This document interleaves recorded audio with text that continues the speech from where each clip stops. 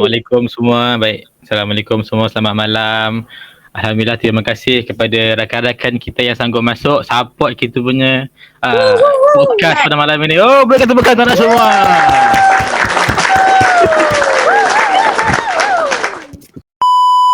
Okey, alhamdulillah. Malam ini kita akan berbicarakan tentang tajuk kita iaitu isu remaja. Kita dapat lihat bahawa remaja zaman sekarang ni diorang ni tak nak pergi sekolah. Ada yang mengatakan pergi sekolah buat apa? Duit dah banyak, dah kaya dah, apa pergi sekolah? Adakah duit itu lebih penting daripada ilmu yang kita dapat kat sekolah? So apa pendapat anda semua? Siapa nak jawab? Sila boleh jawab. Saya nak jawab. Boleh. Bagi saya ilmu dengan apa tadi? Duit. Ilmu dengan duit. Sorry bising sikit. Ilmu dengan duit actually dua-dua sangat penting lah kan. Macam yang kita tahu duit, kalau tak ada duit kita tak happy. Kalau tak ada ilmu kita bodoh. Tak ada lebih kurang. Tapi kalau bagi saya memang ilmu lagi penting lah. Bila ilmu lagi bila kita belajar, kita bertambah ilmu dan kita akan belajar sampai ke degree, sampai ke master. Dari situ kita akan dapat pekerjaan yang bagus, dapat gaji besar. Tapi mungkin zaman sekarang pemikiran dia lain sikit. Sebab kita jadi artis pun kita dah dapat duit even though tak belajar. Maksudnya macam kita jadi influencer, kita buat jual-jual barang kat TikTok pun kita dapat duit. Macam tu, betul tak? Agree. Betul. So adakah semua rasa macam duit pun penting tapi ilmu pun lagi penting, atau macam tak ada apa-apa pun dua-dua? Walau macam mana pun someone tetap rasa ilmu memang sangat-sangat penting, sebab tanpa ilmu apalah kita sebenarnya. Betul. Okey, Alif Muhammad, sila keluarkan pendapat anda. Ada Alif ke? Ya, saya. Sila keluarkan pendapat duit anda. lagi penting. Duit is everything. Nak kahwin dah tu. Astaghfirullahalazim. Baik, silakan kamu keluarkan pendapat anda. Bagi saya ilmu lagi penting daripada duit. Tadi kata duit. Sebenarnya dua-dua penting, tapi ilmu lagi penting sebab bila turunnya wahyu yang pertama. Dah keluarkan. Teruskan. Sila. Ilmu yang wahyu yang pertama adalah Iqra, baca. Bukannya Duit. Tuhan suruh kita cari duit dulu, tapi Tuhan suruh kita baca dulu. Ilmu dulu baru harta. Sebab ke mana pun nak cari harta kena ada ilmu. Setuju. Sebab kalau tanpa ilmu, kita tak akan mampu jaga harta tu. Adalah sejuta pun kalau kita tak ada ilmu, kita tak tahu nak buat apa dengan sejuta tu. So sejuta tu hanyalah sejuta. Hanya nilai, hanya angka sahaja. Itu saja, sekian, terima kasih. Nak menyampuk nak tanya. Kau Ya, saya. lagi relevan ke apa dah yang pasal ikrok tu, sebab benda tu kan dah zaman Nabi-Nabi dulu, tapi sekarang ni kan orang hidup berdasarkan duit. So kau rasa macam mana? Sila jawab, Alif. Orang lain nak jawab ke? Relevan tak? Orang lain pun. Okey, relevan ke tak? Bagi saya, ilmu ni kok mana pun dia sentiasa relevan sampailah mati. Okey, sebab ilmu ni takkan habis. Okey, betul. Orang kata zaman sekarang ni semua perlukan duit.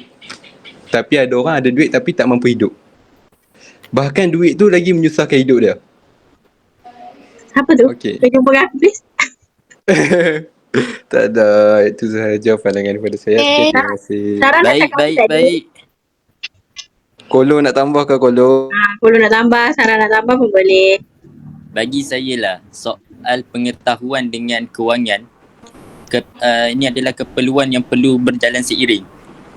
Sebab dia perlu berjalan seiring, tetapi perlu melalui satu proses. Contohnya sekarang, mostly kita bukan lahir daripada keluarga usahawan. Jadi keperluan pertama adalah mencari ilmu. Keperluan seterusnya adalah mencari kewangan yang stabil. Itu sahaja. Sarah? Tapi kan sekarang kan macam orang yang ada degree, master, PhD pun still tak dapat pekerjaan. Sedangkan yang start dengan SPM, gaji diorang dah naik. Apa pandangan anda tentang itu? Okey, soal ada sijil pendidikan yang tinggi tetapi tak dapat pekerjaan yang baik. Dia macam ni, walaupun tak dapat kerja yang sesuai dengan tahap pendidikan tu, tetapi sekurang-kurangnya kalau dia masuk bekerja dekat mana-mana, dia boleh handle. Contohnya degree, basically orang yang ada degree adalah untuk menjadi contohnya manager dekat sesuatu syarikat. Dengan degree tu, walaupun dia kerja sebagai kerani, dia ada ciri-ciri leadership untuk run portfolio yang dia pegang.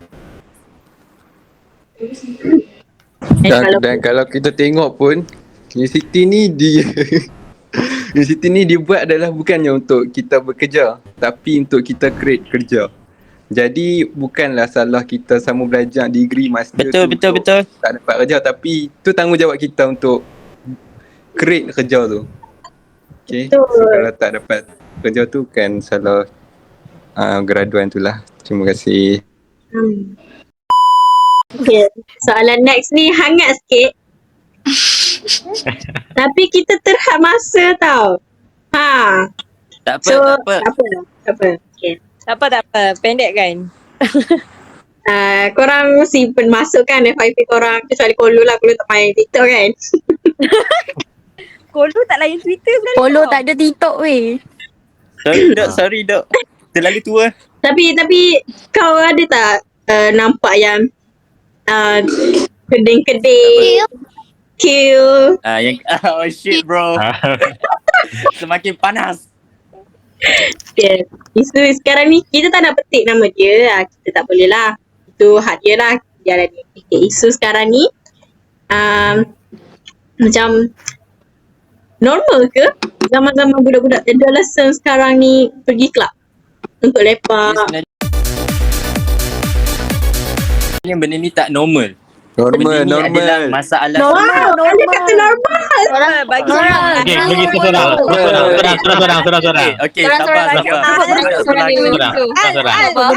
Okey. Osom. Benda ni tak normal tau.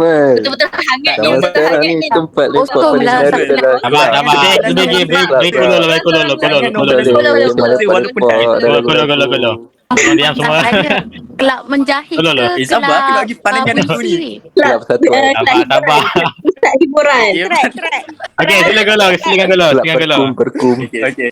Kelak NGO. Untuk apa ni? Bu kolo. Tak kira lah pergi kelab ke, minum arak ke, ambil dadah ke, zina ke apa. Benda ni masalah sosial. Orang cakap tahap tertinggi melakukan sesuatu maksiat adalah merasa bersalah. Merasa tidak bersalah. Kau kalau dosa apa-apa pun, kau akan rasa rasa bersalah yang sama. Kalau pergi kelab nak normalizekan benda tu bodoh sebenarnya. Like you have your own brain. You still can think about anything, but you want to do bad things, like benda tu macam cakap apa normalizekan pergi kelab. Dia tak patut dah, tak patut. Baik kau pergi ceramah tak Zahar ke apa ke, tak somat kereta ke Zir. Sama je. Okay, nak sambung. crowd. Aku. Aku dulu. Bagi payung. Aku. Okay. Okey, someone. Okay lah, bagi. Blok someone. Remove. Aduh. Apa tadi?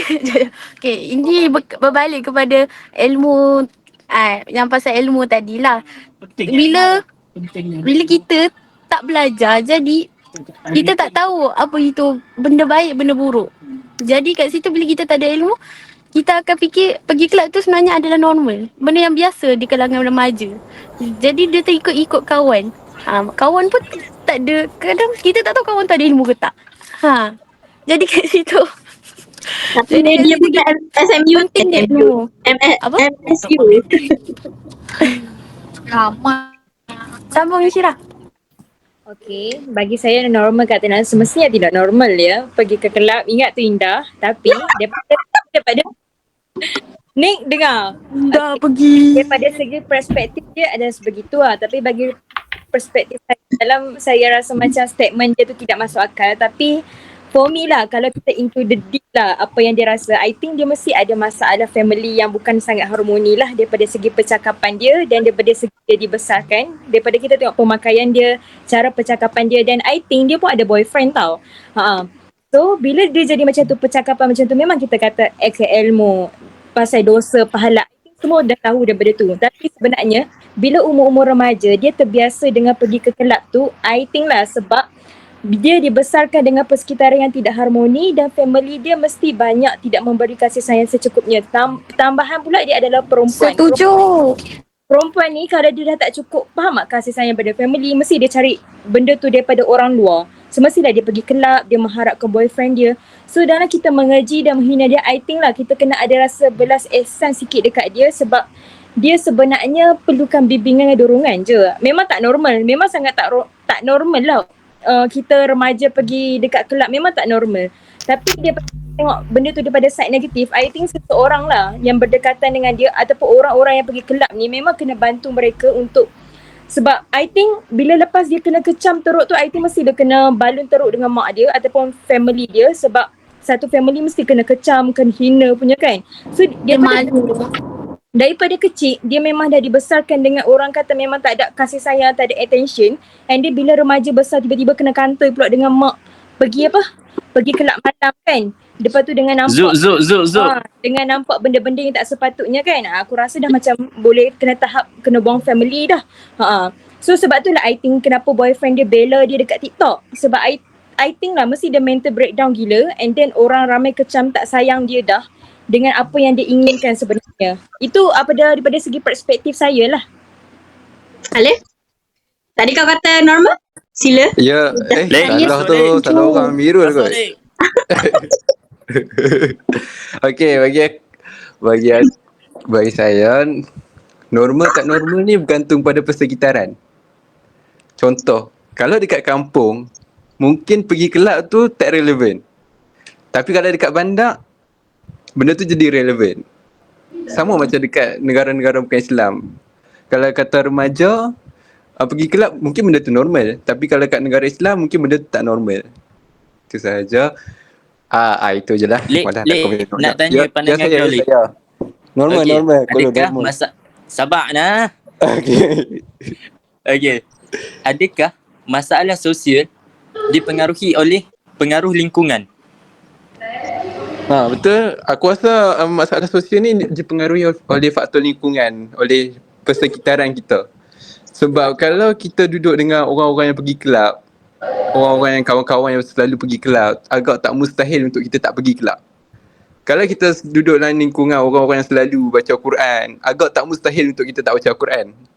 Kalau kita duduk dalam lingkungan orang yang selalu mengumpat, selalu duduk membawang, agak tak mustahil untuk kita tak membawang. Setuju tak Indah? Setuju. Setuju. Baik penjelasan lelaki berumur 22. Ya, terima kasih. Kau jangan ni. Okay, aku nak tanya lah. Kalau someone tu, bukan someone Someone lain. Someone lain. Bagi peluang dekat dinosaur ni bercakap. Dia tadi diam je. Siapa? Dinosaur. Dinosaur? Dinosaur. Go Sarah, go. Sekarang bagi anda punya pendapat tentang isu ini. Kau jawab soalan aku. Okay, kalau someone tu dia pernah pergi kelab, dia pernah rasa kehidupan yang sangat sedih lah, jahil apa semua, tapi dia dah berubah, and kau rasa sebagai orang yang dengar masalah seseorang, kau rasa dia salah tak menjalani kehidupan dia yang macam tu? Salah tak? Tak. Tak salah. Tanya Sarah. Tak salah sebab dia dah berubah. Kita kena Betul. bagi peluang. Kita kena bagi peluang kat dia. Kesian lah dia dah insaf. Tapi kita pula yang judge dia dengan pasal masalah silam dia. Lagilah dia buat. Baik, Tapi kalau Doan. kita maaf, Sarah. tapi kalau kita maafkan dia, kita layan dia macam orang biasa, kita tolong dia, insyaAllah dia pun mungkin akan berjaya. Mungkin lebih berjaya daripada kita. Macam tu. Sarah? Kalau bagi aku kan, nak tahu tak kenapa ada orang jahat kat dunia ni? Kenapa tu? Sebab perspektif Kenapa? society tu, perspektif masyarakat tu yang buat orang tu jadi macam walaupun dia dah berubah, tapi sebab dia tu contoh macam kaki bekas-bekas macam kaki maksiat ke apa kan. So macam perspektif masyarakat tu yang buat benda tu Kaki jadi macam bangku. kotor. Ya, padahal benda tu dia dah berubah, dia dah taubat apa semua tu kan. So masyarakat lah yang sebenarnya jahat gitu. Ni persepsi aku lah kan. Aku tak pernah pergi kelab tau. Aku tak pernah pergi kelab. Aku kalau ada seseorang datang pada aku and dia kata dia pernah masuk kelab apa semua, bagi aku memang tak akan judge orang macam tu. Sebab sebagai contoh, dia dah hidup 10 tahun daripada kita baru nak hidup. Kita baru nak kenal dunia ni. Dia dah kenal dunia 10 tahun daripada kita. So, bila dia dah merasai, and aku rasa pengalaman kita, bila kita sendiri belajar dari pengalaman tu, kita memang tak akan buat dah. Dia lain tau bila kita belajar pengalaman orang and belajar daripada pengalaman sendiri. Faham tak? Pengalaman mematangkan kita. Ya, Baru betul. aja aku correct tadi. Macam mana? Okay, tu je lah korang. Thank you so much korang. Masuk podcast. Nak buat podcast lagi ke? Tak bercakap ni. Soalan seterusnya. Soalan seterusnya. Masuk. Kalau Dah boleh lagi kalau bakal. kita bagi. Live atau relationship? Soalan seterusnya. Relationship.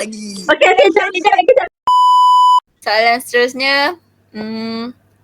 pasal relationship. Saya suka. Mak sabar. Cringe ni awak semua.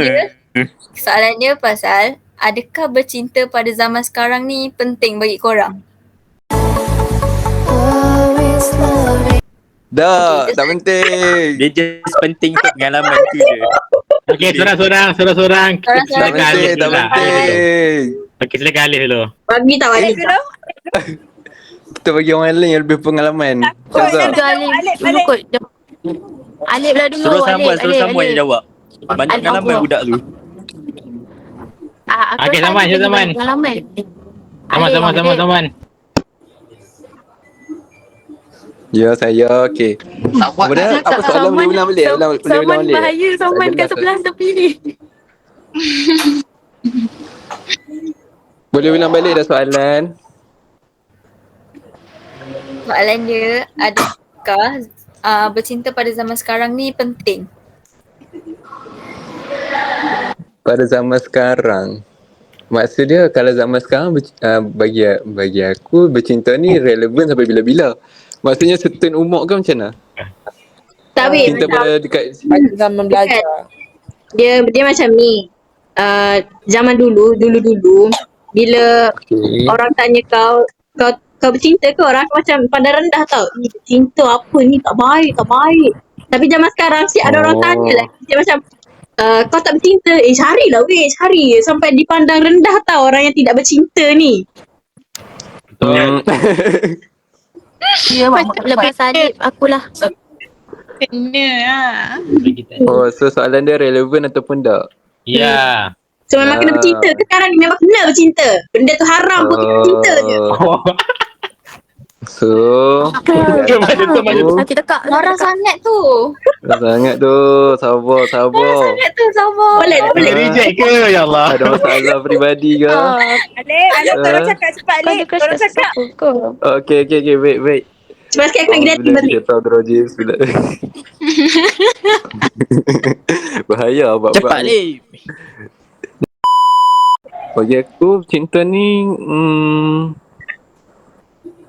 kalau bercinta untuk benda yang serius tak ada masalah. Okey, kalau macam Indah kata, zaman sekarang ni penting ke bercinta tu? Bercinta tu tak penting zaman sekarang. Ya ke? Entah. Tak tahu nak kata. Tapi kalau untuk kalau contohlah hampa dah jumpa seseorang yang dah betul-betul nak serius dengan hampa, aku rasa tak ada masalah pun untuk teruskan benda tu. Tapi kalau just jumpa just untuk seronok-seronok, just nak try macam tu, just nak rasa-rasa je, baik tak payah lah.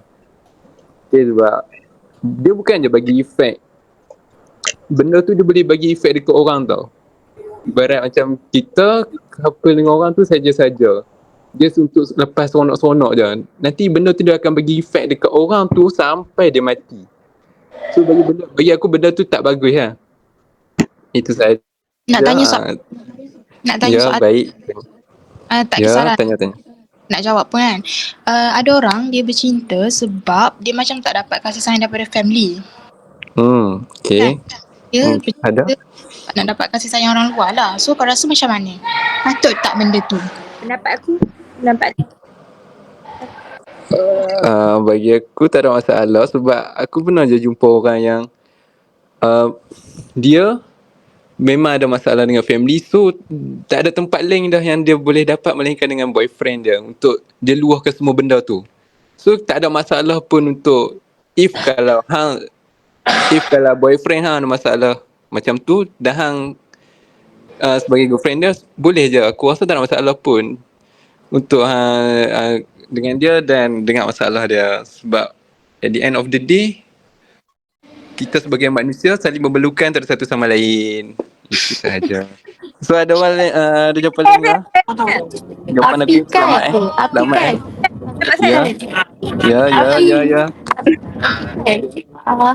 Kita tengok juga lah kalau kita couple untuk macam kalau untuk kebaikan. Untuk kebaikan, tapi maksudnya kalau kita couple tu ada tujuan yang baik, mungkin InsyaAllah boleh bawa ke masa hadapan. Tapi kalau kita couple tu untuk tujuan yang macam Alif cakap lah, macam untuk menunjuk ke aku taken kau single lah gitu, aku rasa tak payah kot. Kan? Betul, setuju. Alif yang Ya, menunjuk saya. tu. Alif yang menunjuk tu. pendapat saya. Mana ada orang menunjuk? Partner adalah untuk mendorong dan menyokong partner dia kalau dalam kesusahan, dalam kesedihan, bukannya untuk Setuju. awak dah makan ke sayang? Awak dah makan? Tengah buat apa Tadi sayang? Tadi buat apa? Tolak ke sayang? Tak payahlah. Aku boleh tanya diri sendiri. Kolo cringe. Baik, teruskan kepada Insyirah. Awak buat apa tadi? Sabar, Lem, sabar. Sabar. Sambung. Okay. Untuk topik relationship, kan pengaju tadi Setuju. Belum. Belum. untuk zaman sekarang is that dia teratas kepada setiap individu. Sebab jawapan tu adalah subjektif. Sebab ada setengah orang dia kata okay, cinta di usia muda tak perlu lagi, dia nak fokus dulu kerja, semua tu lah. Tapi ada setengah orang dia rasa benda tu perlu. Macam kalau daripada segi pelbagai, maybe lah dia memang dah kekurangan kasih sayang sejak kecil, sejak itu kekurangan daripada family, and then dia rasa dengan ada boyfriend ni dia rasa okay, itu menambahkan lagi dia punya, orang kata, semangat lah. Tapi for me, sesiapa bila dia into a really, dia memang kena terima apa pun akibat. Kita tak boleh yakin sangat yang dia tu adalah pendorong kita di masa hadapan, dan dia boleh create the best life untuk kita. Sebab kita takkan tahu jodoh kita dengan dia tu tak kat mana. But for me, apa pun kita punya tindakan dan apa pun kita punya perancangan kita dengan dia, memang kita kena terima apa akibat dia. Selagi belum ada akad, kita tak boleh yakin yang dia tu adalah the best untuk kita. Sebab boleh jadi one day dia adalah pemusnah hidup kita. Bila kita dah broken, bila kita dah break up, dia lah menyebabkan kita nangis sebagai nak rak. Dia lah. Tapi ada satu certain thing, dia lah yang akan jadi macam penggembira kita, support kita. So benda ni variasi. Kita takkan tahu the life kita ke depan tu macam mana. So tetaplah bersemangat wahai anak-anak muda. Tetaplah jadi. So maksudnya kalau kita dah jumpa someone tu, bukanlah akulah kalau kita jumpa orang lain tu kita sebagai Islam kita selalu buatlah solat istikharah, insyaallah. Mungkin kan kita Masya ada penunjuk Allah. dia. Macam mana nak solat istikharah? Alah. So for me, apa-apa pun the last lah ayat dia. Jangan kita terlalu pada orang, jadi independent, tak kira lelaki ke perempuan, go through je life. Jangan terletak, selagi kita belum akad nikah, jangan letak memberi harapan sepenuhnya dekat dia. Bergantung, independent, kita boleh. Macam tu. Okay? Ada apa siapa Setuju. Terakhir. Ni terakhir. Siapa nak? Jangan bergantung dekat partner 100%. Jangan. Okay, ini sahaja podcast kita pada hari ini dari grup PX19. Terima kasih juga semua. Inilah grup-grup kita orang, kecuali yang tengah ni, yang Alif ni. Tak tahu apa dia ada di dalam ni, tak tahu. Bye. Thank you. Thank you korang. Good luck Bye. Faiz. Assalamualaikum. Good luck.